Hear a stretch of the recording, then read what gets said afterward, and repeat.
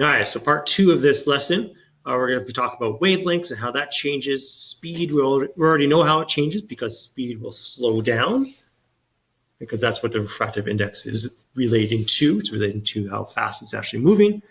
But to make sure that the frequency stays the same, that means the wavelength has to change. And that's what this picture is kind of representing here. You can see that the wavelength starts out pretty large. These are just the wave tops from crest to crest here. That's crest to crest. You can see that is decreased in size. Now, the reason that it has to do this is because of the universal wave formula. The universal wave formula, let's get rid of this weird looking negative thing here, says that speed is equal to f times lambda. And what we know from previous classes is that frequency has to remain constant. It's a constant thing, right? So my frequency remains constant. That means I can relate the two sides based on only speed and its wavelength, okay?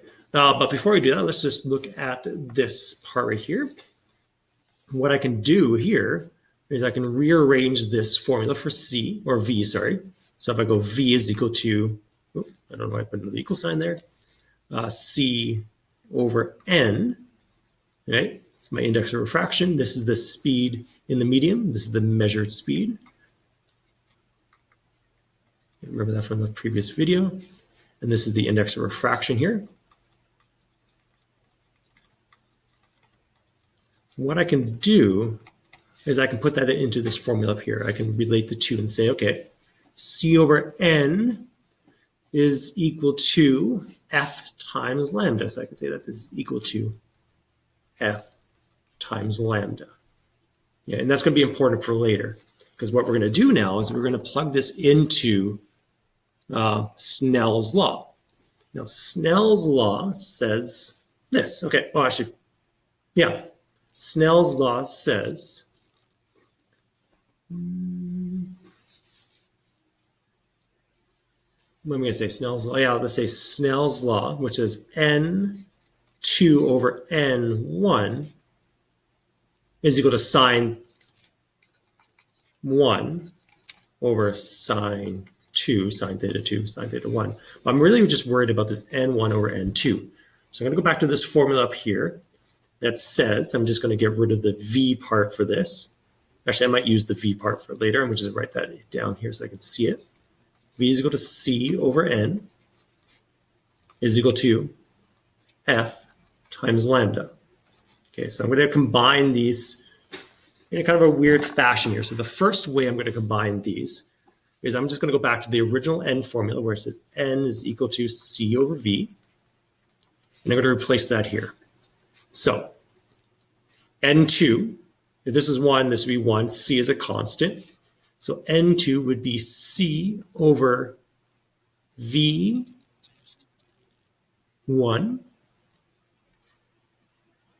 over, just one second. Sorry about that. Be V2, sorry about that. It's V2, and then this bottom one would be C over V1 because they kind of match each other. So I'm just using this formula here.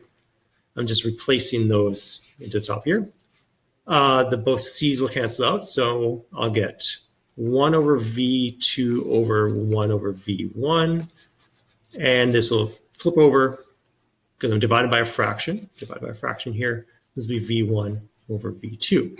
Okay, so if I just get rid of all this middle piece here, right now I have sine theta 1 over sine theta 2 is equal to N2 over N1, which is also equal to V1 over V2. So I created a different piece here, a different part for the formula. And what I can do now, you see I created a formula here for velocity. So this is 1. These would also be 1, and this would be 1 as well. So I can replace the V's with F over lambda 1 and then F over lambda 2. Now the reason I got rid of the 1s on the 2s on the F, because what we set up here, the F is constant. So there's no difference between the 1 and the 2.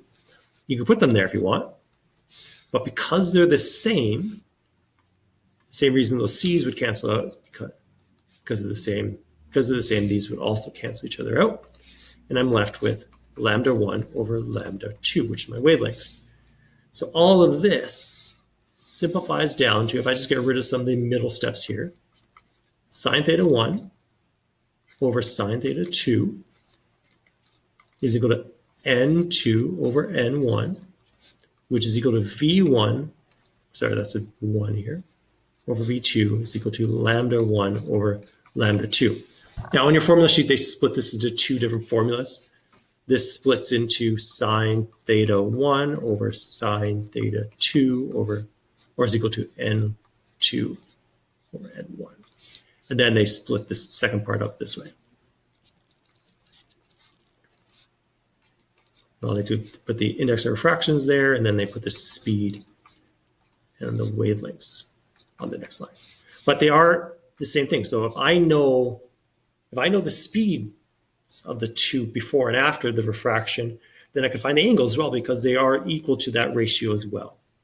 So it can be written as one big line. This is how it used to be written. It used to be written as one big line of all the ratios together. And you just pick two of them and say, okay, I have the information for this piece and this piece. So I'll just use those two and make them equal to each other. Or I have the information for the index of refractions and the wavelengths. So I'll just use those two pieces and make them equal to each other. Or at very ends, whatever you want to do there. You'll see that in the next couple of questions here. So we have a ray of light, yellow light again, has a very specific wavelength. So they give us wavelength 1 or 2. I don't know specifically, so I'm just going to draw a picture here. Travels from air into diamond. Okay, so we know the wavelength up here is 570 nanometers. Has an angle of incidence, I'd probably put the degrees there, 30 degrees. Okay. And we know the n value of air is 1.00. Diamond, they tell us the diamond number down the bottom there.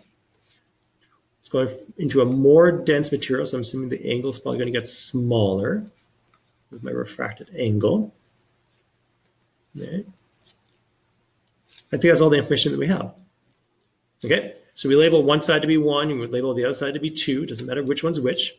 You say choose the top one if you wanted to. But for the first one here, what's the speed of light in the diamond? Well, because we know the index of refraction, we can use this formula. I can also just use the Snell's law formula there too, but this is a pretty simple way to go about this one. I'm just going to rearrange this. And then I'm going to type that in my calculator. This is for the diamond, so I'm going to divide whatever the speed of light is, which is 3 times 10 to the 8. I'm going to divide it by the 2.42 number. So it's less than half. Still pretty fast, but less than half. So 1.24 times 10 to the 8 meters per second. You could have used Snell's law here. You could have said, okay, we know the two n values, n2 over n1, and I know the two speeds, n1 or v1 over v2. The speed of light in a vacuum and / air are the same because the index of refractions are the same-ish. Slightly slower in air, but we can assume it to be near a vacuum. You can use this formula if you wanted to. I'm not going to do that one. It just ends up being the same calculation. The speed of light as it travels in the diamond, or the wavelength, sorry. The wavelength of light as it travels in the diamond. Okay, then now there's two ways to do this too. If you knew the frequency, I can use the frequency and the speed to find the wavelength, but because I don't know the frequency, and I don't really want to find the frequency, I could just set up Snell's law. It says n2 over n1. That's a horrible looking n. Okay, oh, come on. There we go. Wavelength like 1, wavelength 2. You notice that these have flipped over. It's 2 over 1, then 1 over 2. Then putting a piece of information that we have here. So we have N2, which we decided was the diamond, and then N1 was the air. So we have those two things. We have the wavelength in the air. So I'm just going to put that one up here. And then we're looking for lambda 2. So I'm just going to rearrange this, cross multiply, divide. Sorry about that. Cross multiply, divide. and we get a wavelength of 36 nanometers. You notice that index of refraction has no units because it's a speed divided by speed, so that it has no units to it. So whatever units you use for your wavelength is the wavelength units I get out as well. So I had nanometers to start off with, so I get nanometers afterwards. There you go. Looking pretty good. Now the cross multiply divide I did here was cross multiply divide up. All right, we'll just rearrange the equation if you need to. Okay. Light enters from quartz glass. Enters quartz glass. So it doesn't specify where from, so let's assume it's coming from air or a vacuum. From enters quartz glass. So there's quartz down the bottom here. So quartz. They give us the quartz number, 1.47. If we're assuming it's air, so assuming air is on the top here, enters at an angle of 25 degrees. So there's 25 degrees up here. Determine the angle of refraction. So what's this angle down here? So I'm assuming it's going to be less than that. Well, theta r there. And the wavelength of light as it enters, or in the quartz as well. So we know the wavelength out here.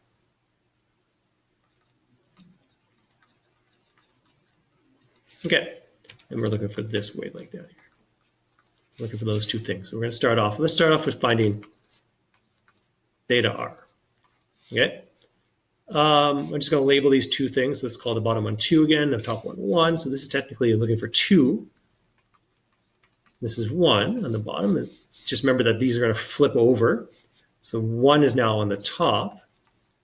Well, I probably should just write that.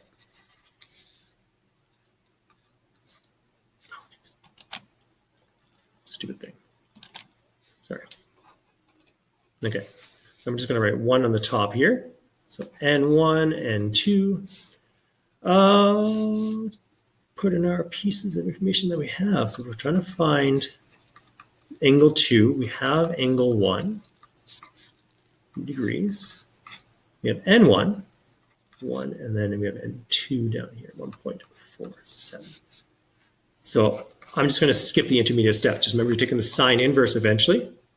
So we sine 25 divided by 1.47 times the 1, cross multiply divide. Take the sine inverse. So we get 16.7 degrees. You can see there's 1 decimal place here, so I'm going to use 1 decimal place down here too. Looks pretty good. For the wavelength, we're going to go, we're going to go this way. So we're going to go N2 over, or sorry, lambda 2 over lambda 1, and then N1 over N2. So you're allowed to flip it over if you need to. It's like, the reason I did this because lambda 2 is what I'm looking for. I'm looking for lambda 2. I have lambda 1. Just have to be very careful what's on the other side now. Number 1 is on the top on this one, so it's a 1.0 on the top over here. And the bottom is 1.47 again. Okay, cross multiply divide. So my lambda 2 is 501 nanometers. There you go. Cool. Okay, light enters an unknown crystal from air with a wavelength. So wavelength up here in air, which is n is equal to 1.00, into an unknown crystal. What is the refractive index of this crystal? Okay, so it enters in. It doesn't specify it comes at an angle. It doesn't have to go at an angle to change its wavelength. But it enters in. When it enters in, the wavelength inside this is 450 nanometers. Okay, so let's just label this picture here 1 and 2. Probably didn't need a picture for this, but just did. So I'm looking for N2. So I'll put that on the top. The other side over here, we'll use lambdas 1 and 2. Notice that they're flipped over. 1.00 for that one. Lambda 1, what's lambda 1 on my picture here is 500. Lambda 2 is 450. Ah, that's good. If they're upside down, you would have got a number less than 1, and we already know that's impossible for n values. So n2 is going to be 1.11. There you go. You're pretty good. Okay, so we have 2 questions here. I'm going to stop the video here. We're going to do the next 2 questions in the next video, the next part of this lesson, and I'll see you then. I'll try these questions out first, and then I'll see you then. Bye.